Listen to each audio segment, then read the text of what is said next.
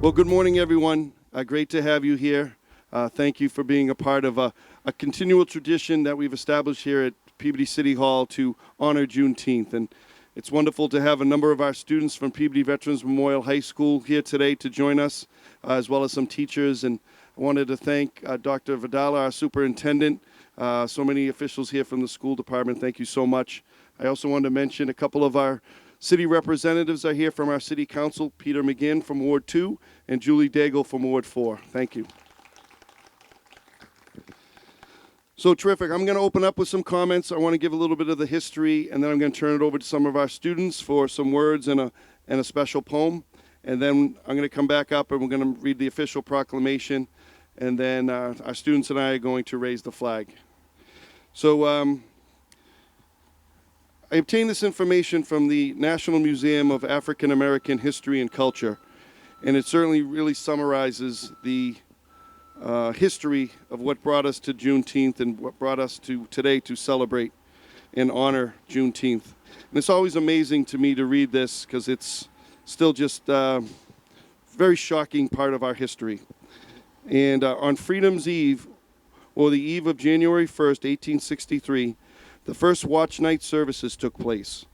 On that night, enslaved and free African Americans gathered in churches and private homes all across the country awaiting news of the Emancipation Proclamation had taken effect. At the stroke of midnight, prayers were answered as all enslaved people in Confederate states were declared legally free. Union soldiers, many of whom were black, marched onto plantations and across cities in the South, reading small copies of the Emancipation Proclamation, spreading the news of freedom in Confederate states. Only through the 13th Amendment did emancipation end slavery throughout the United States. But not everyone in Confederate territory would immediately be free. Even though the Emancipation Proclamation was made effective in 1863, it could not be implemented in places still under Confederate control. As a result, in the westernmost Confederate state of Texas, enslaved people would not be free until much later. Freedom finally came on June 19, 1865, when some 2,000 Union troops arrived in Galveston Bay, Texas. The Army announced that the more than 250,000 enslaved black people in the state were free by executive decree. This day came to be known as Juneteenth by the newly freed people in Texas. The post-emancipation period, known as Reconstruction, from 1865 to 1877, marked an era of great hope, uncertainty, and struggle for the nation as a whole.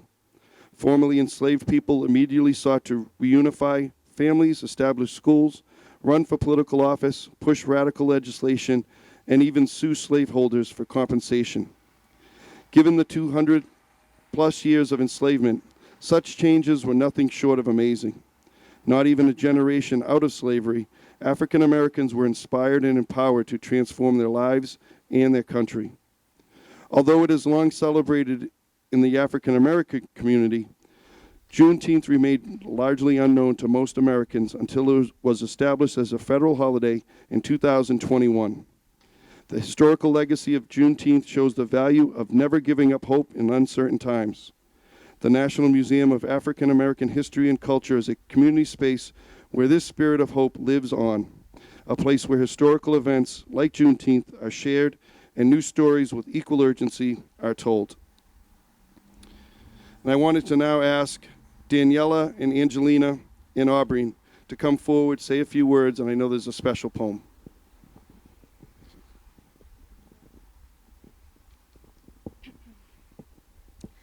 Hello, my name is Angelina Flores, and I'm the co-president of the Culture Club from Peabody Veterans Memorial High School. And I would like to thank you all for attending, and for one of our members of the Culture Club, Aubrey Tilley, who had part in this speech. And of course, I'd like to thank Mayor Betancourt for inviting us and allowing us to make a speech about Juneteenth. I would like to quickly refresh your memory on the history of Juneteenth. On January 1st, 1863, many African American slaves gathered around in the churches or in their homes praying and awaiting for the news of the Emancipation and Proclamation to take effect.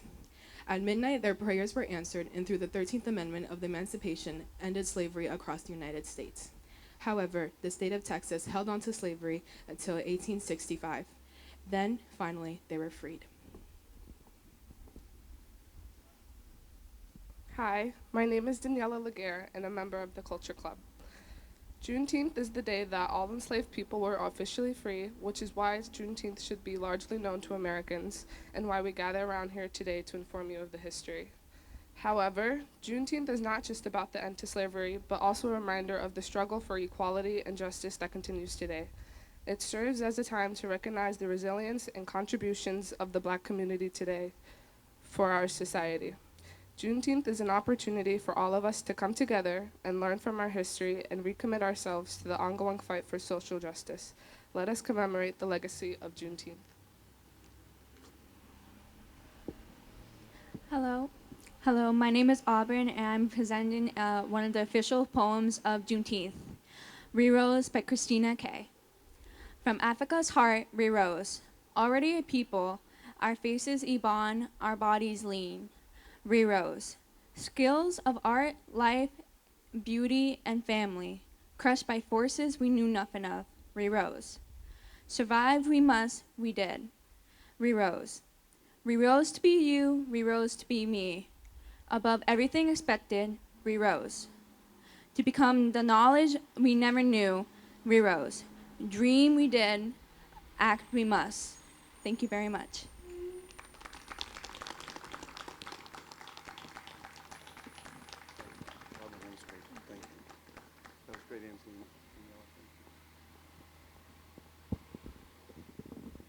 That was terrific. Thank you so much, and thank all of our students that are here today. I want to officially read the City Proclamation. Whereas 2024 is the 159th year of Juneteenth Freedom Day, a nationally recognized day which celebrates the rich culture, legacy, and heritage of African Americans.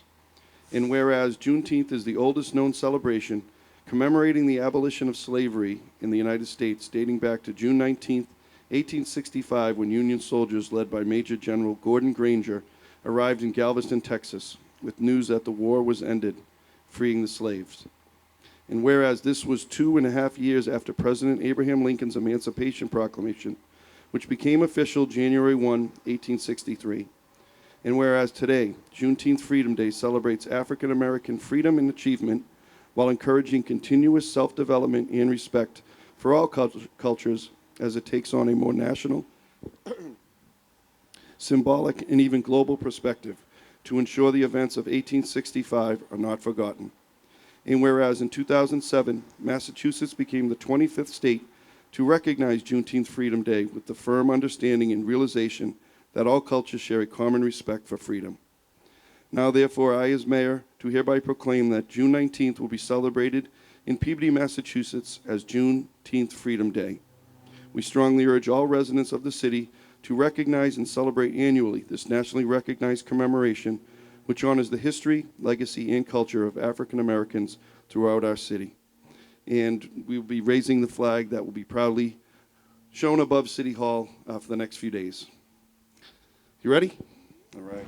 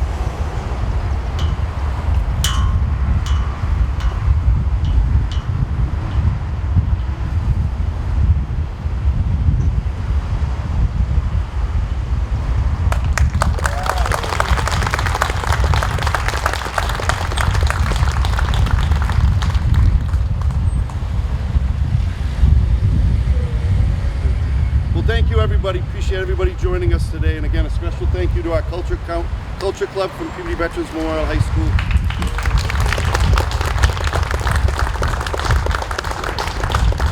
And we will continue to make this an annual tradition.